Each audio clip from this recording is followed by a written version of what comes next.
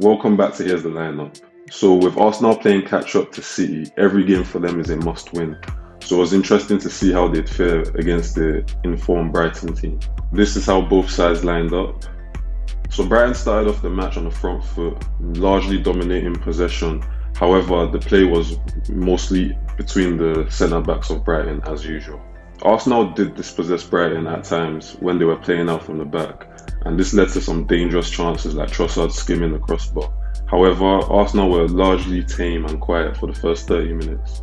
I thought Arsenal pressed Brighton really aggressively at times, but far too often they were disjointed and a bit passive, which allowed Brighton to grow into confidence and play the ball around. As always, it is a very high-risk venture to press Brighton aggressively, but I thought when Arsenal's press was organised, they did this really well, and whenever they would press Brighton aggressively, it would lead to chances, such as the one where Trossard grazed the crossbar. And I would have liked to see Arsenal do it more because it was working for them.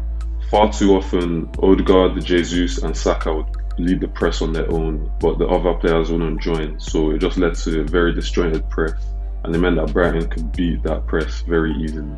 For Brighton, I thought the front three players, as well as Caicedo, McAllister and Estupinian, their movement was really good. So it allowed them to sustain possession, to build out from the back, and also to have an effective counter press against Arsenal when they were having transitional moments or building out. They were also able to force turnovers early on due to this, but Arsenal did grow into the game late towards the first half. Both sides had really good chances to score in the first half, with Enciso having a wild shot after a Mitoma cross and Saka grazing the side net from a corner. Mitoma was on the right wing early on, but as soon as he was shifted to the left wing, he gave Ben White trouble all game.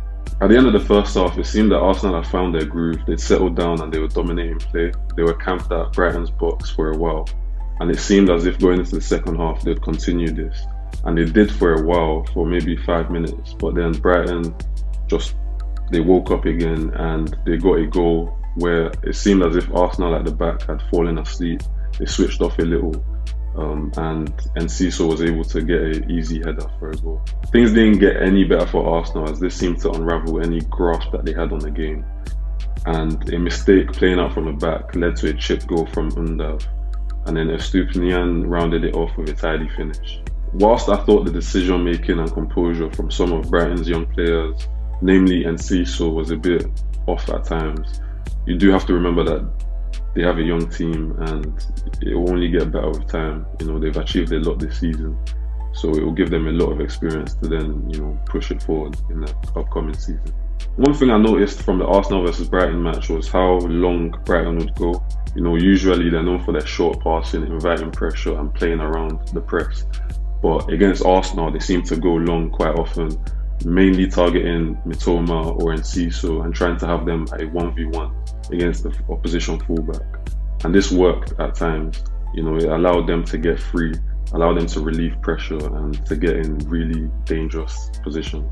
Another thing I noticed from the Arsenal versus Brighton match was that Arsenal just seemed off in their defence and their midfield.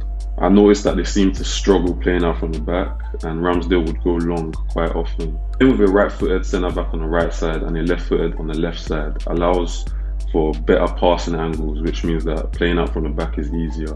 However, maybe having two left-footed centre-backs didn't help them. I also noticed they had midfield problems. They were getting outnumbered quite a few times. Brighton do drop some of their attackers in the build-up phase into the midfield to give them some sort of advantage in the midfield. And Arsenal were also missing Zinchenko, who likes to invert into the midfield. Tierney was doing that role, and I don't really think he did it that well from what I saw. So I feel like those exclusions for Arsenal didn't help. Thank you for watching. As always, please leave a like and a comment on the video or on anything else that you'd like to see. And I hope you enjoy your day.